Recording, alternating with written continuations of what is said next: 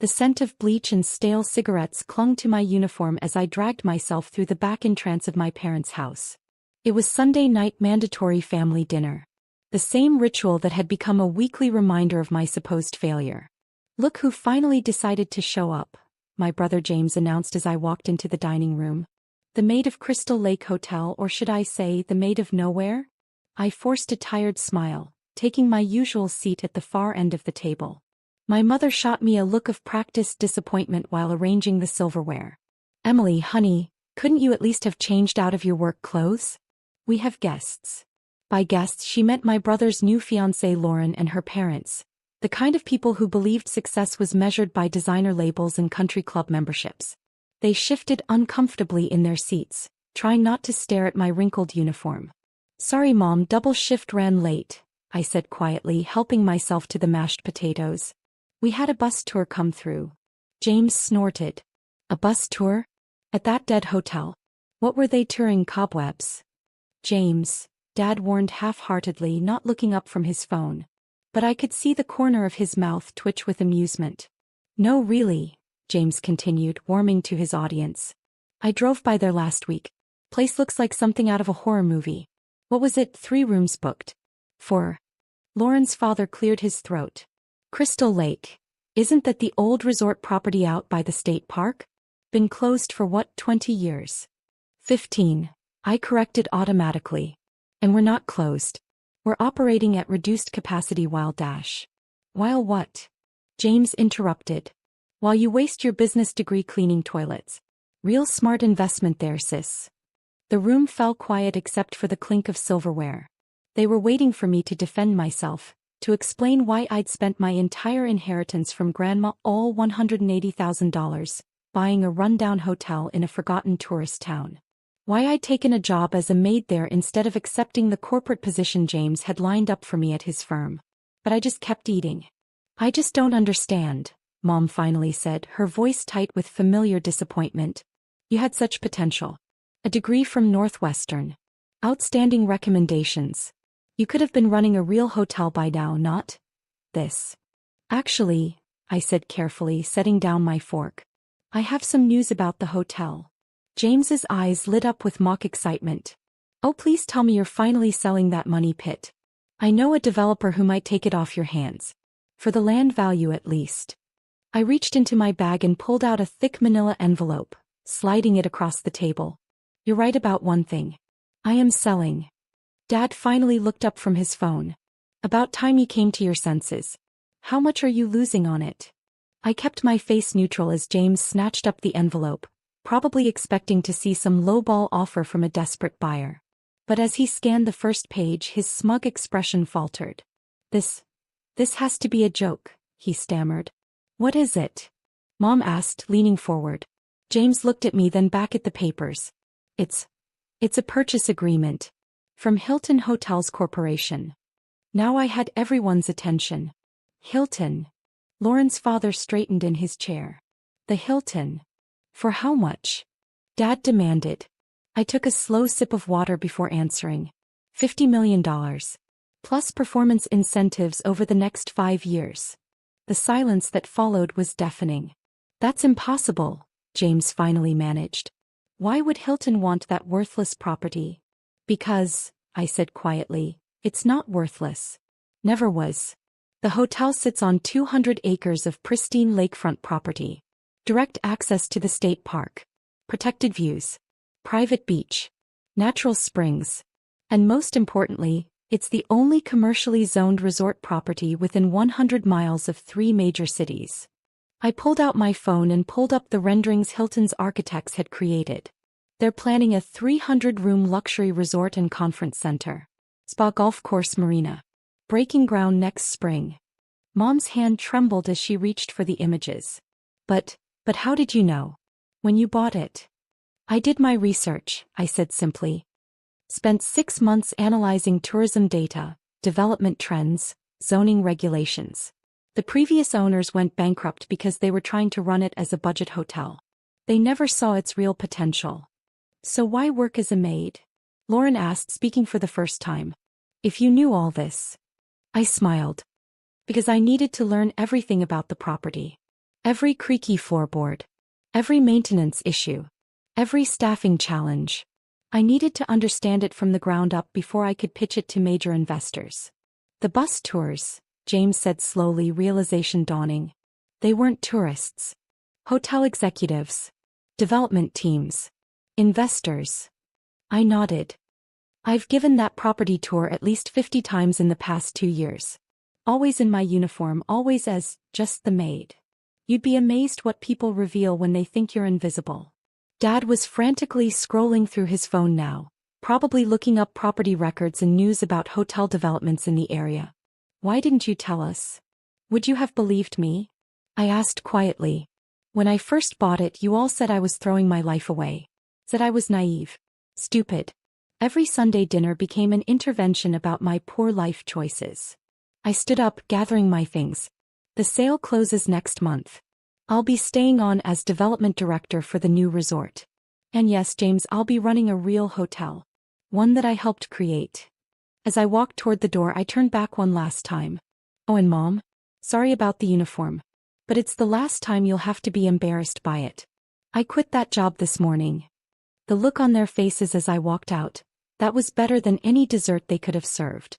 The next few weeks were a blur of meetings, paperwork, and increasingly desperate attempts at reconciliation from my family. My phone buzzed constantly with messages I hadn't bothered to answer. Emily, honey, we should discuss your investment strategy. Dad. Just trying to protect you from disappointment. Mom. Hey sis, about that developer friend of mine. James. I archived them all, focusing instead on the transition meetings with Hilton's development team. We were sitting in my small office at Crystal Lake. My real office, not the housekeeping closet I'd used as cover for 2 years, when my brother decided to make an unannounced appearance. Miss Bennett. My assistant Sarah poked her head in. Your brother's here. Says it's urgent. I looked up from the architectural plans spread across my desk. Marcus Chin, Hilton's lead developer, raised an eyebrow. Family situation? Not an urgent one, I replied, then nodded to Sarah. Tell him I'm in meetings all day. But James, being James, pushed past her anyway. He stopped short when he saw the room full of executives in suits. His eyes darted from the plans on the desk to the digital renderings projected on the wall. Emily, he said, trying to sound casual. Didn't realize you had company. Mr. Bennett, Marcus stood, ever professional. We were just reviewing the final placement for the conference center. Your sister's insights about the property's natural features have been invaluable. James forced a smile. Yes, well, she's always been thorough. Listen, Em, can we talk privately for a minute? We're actually in the middle of something critical, I said, not looking up from the plans. Sarah can help you schedule a time later this week. It's about the family foundation, he pressed. Dad's considering some new investment opportunities and dash. No. I cut him off, finally meeting his eyes. Whatever pitch you're here to make, whatever angle you're trying to work, the answer is no. The room had gone uncomfortably quiet. Marcus cleared his throat. Perhaps we should take a break. Not necessary, I said firmly. James was just leaving. My brother's face flushed red. You know what? Fine. Play big shot developer all you want. But don't forget where you came from. Don't forget who helped you get your start. Now I did stand up. I start. You mean the job offers I never asked for? The constant criticism? The weekly reminders of what a disappointment I was. We were trying to help. No, I said quietly. You were trying to control me. There's a difference. James opened his mouth to argue, but I held up my hand. I have a $50 million development project to oversee. I don't have time for whatever scheme you're selling. Sarah will show you out. After he left, Marcus let out a low whistle. Family business is always complicated. I sat back down, straightening the plans he'd brought. Not anymore. Now it's just business. But of course it wasn't that simple. Never is with family. That evening, as I was doing my final walkthrough of the property, a habit I couldn't break after 2 years of actual housekeeping, I found my mother waiting in the lobby. She looked out of place among the faded grandeur of Crystal Lake's entrance, her designer handbag clutched nervously in manicured hands. Emily, please. Just hear me out. I gestured to one of the worn lobby chairs. 5 minutes. She sat carefully as if afraid the vintage furniture might dirty her clothes. Your father and we've been doing some thinking about the foundation's investment portfolio. Mom dash. Just listen, she pleaded. The family foundation has considerable resources. We could help with the development costs, become partners in dash. Stop, I said firmly. I don't need partners. I don't need investors. And I definitely don't need the family foundation trying to claim credit for my success. That's not what this is about. Isn't it? I walked over to the front desk, pulling out the guest ledger I'd maintained meticulously for 2 years. Would you like to see how many times you or Dad visited while I was just a maid here? 0. Not once did you come to see what I was building. Not once did you ask about my plans. We were worried about you, she said softly. Living in that tiny apartment, working these horrible hours. I lived in that tiny apartment so I could put every spare dollar into renovating the core infrastructure. I worked those horrible hours so I could learn every detail about this place. I closed the ledger with a snap. And now that it's paying off, now that Hilton's involved, suddenly you're interested. Mom's eyes filled with tears. We're your family. Family would have believed in me, I replied. Or at least asked why I believed in this place so much. Just then Sarah appeared with a stack of contracts. Sorry to interrupt, but the Hilton legal team needs these reviewed before tomorrow's meeting. Thanks, Sarah. I took the papers, then turned back to my mother. I have work to do. You can see yourself out. As she walked toward the door, she paused. Your grandmother. She would be proud of you. That hit harder than I expected. Grandma had been the only one who supported my decision to buy Crystal Lake. She'd seen something in this old place that matched what I saw, not what it was but what it could be. I know, I said quietly. That's why she left me the money to buy it. She believed in making your own path, not following someone else's. After Mom left, I sat in the lobby for a long time, surrounded by the ghosts of Crystal Lake's past glory. The grand staircase that had hosted countless wedding parties. The massive fireplace where families had gathered on cold nights. The wall of windows overlooking the lake, now clean to a sparkle thanks to my own hands. My phone buzzed, another message from James. Dad's furious. Says you're making a huge mistake not involving the family. Don't burn bridges you might need later. I smiled, thinking of the other envelope sitting in my desk drawer. The one I hadn't shown them yet. Because while Hilton was buying the property for $50 million, they weren't my only option. 3 other major hotel chains had made offers. And tomorrow I would start negotiating terms. Sometimes the best revenge isn't proving people wrong. It's showing them they never had any power over you in the first place. The morning of the final contract signing, I arrived early at Crystal Lake. The sun was just rising over the water, painting the old building in shades of gold and promise. I walked the grounds one last time, not as a maid or even as the owner, but as someone saying goodbye to a trusted friend. Every corner held a memory now. The back stairwell where I'd practiced my investment pitches while mopping floors. The suite 212 where I'd first overheard Hilton executives discussing expansion plans in the area. The lakefront pavilion where I'd sketched my initial renovation concepts during lunch breaks. Taking one last look? Sarah's voice broke through my thoughts. She handed me a coffee, my usual order from the small cafe in town. Hard to believe it's really happening, I said, accepting the cup. Did the final contracts arrive? She nodded. Just delivered. But there's something else you should know. Your family's here. I froze. All of them. Your parents, your brother, his fiancée, even her parents. They're waiting in the main conference room. Of course they were. Today of all days. There's more, Sarah added hesitantly. Your father's brought Howard Sterling. Now that got my attention. Howard Sterling was one of the most prominent real estate attorneys in Chicago. He'd handled some of the biggest hotel developments in the Midwest. Let me guess, they're trying to block the sale? Sarah shook her head. Actually, they're here with a counteroffer. Sterling's representing the family foundation. They're offering $60 million. I laughed. Not because it was funny, but because it was so perfectly predictable. $10 million over Hilton's offer. They really think they can buy their way into this. What do you want me to tell them? I checked my watch. The Hilton executives wouldn't arrive for another hour. Nothing. I'll handle this myself. When I walked into the conference room, the tension was palpable. My father sat at the head of the table, Howard Sterling to his right, various family members arranged around them like pieces on a chessboard. Emily, Dad stood all business. Good of you to join us. In my own hotel. How generous of me. I set my coffee down and remained standing. I assume this isn't a social call. Sterling cleared his throat, opening his briefcase. Miss Bennett, we've prepared a very generous offer. Save it, I cut him off. The property's not for sale. But Hilton James started. Is one of several interested parties, I finished. And none of them involve the family foundation. Dad's face reddened. We're offering $10 million over their price. This isn't about money, I said quietly. It never was. I walked to the windows overlooking the lake. 2 years ago when I bought this place you all thought I was crazy. Called it a waste of my inheritance. Said I was throwing my life away. We were wrong, Mom interjected. We see that now. No, I turned back to face them. You see dollar signs now. There's a difference. I pulled out my phone and pulled up an email reading aloud.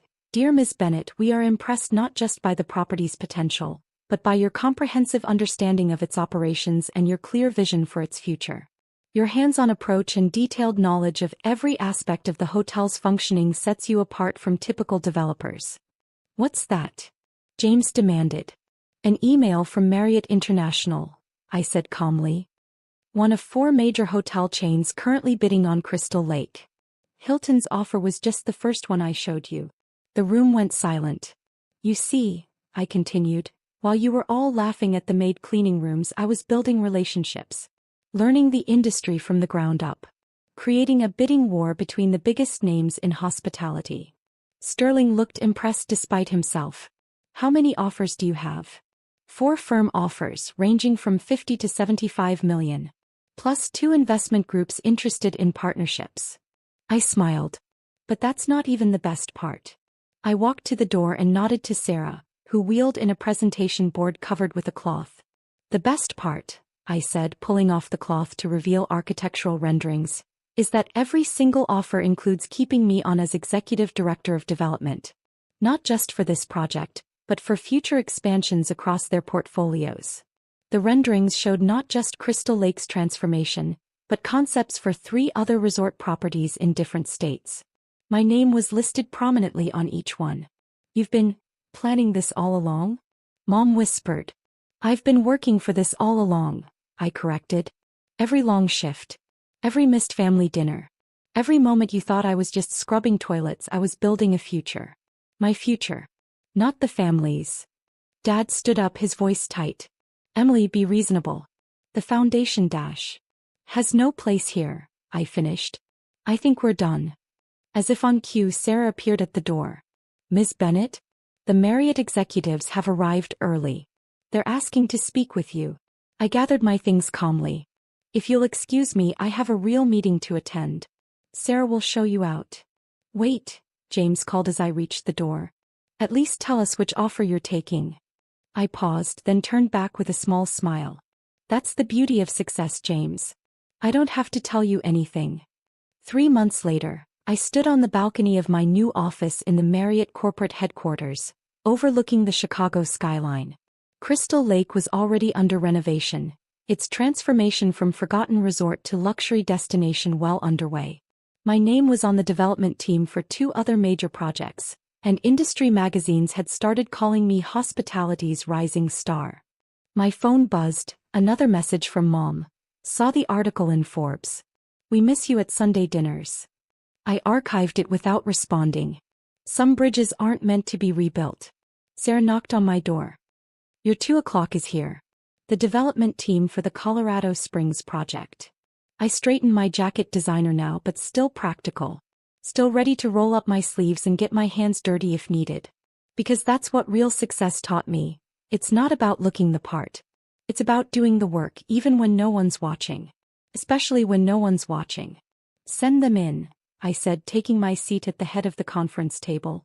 And Sarah, make sure they have the updated projections. The ones that show why starting from the bottom is sometimes the best way to reach the top. Because in the end, success isn't about proving others wrong. It's about proving yourself right. And sometimes the best view comes after the longest climb.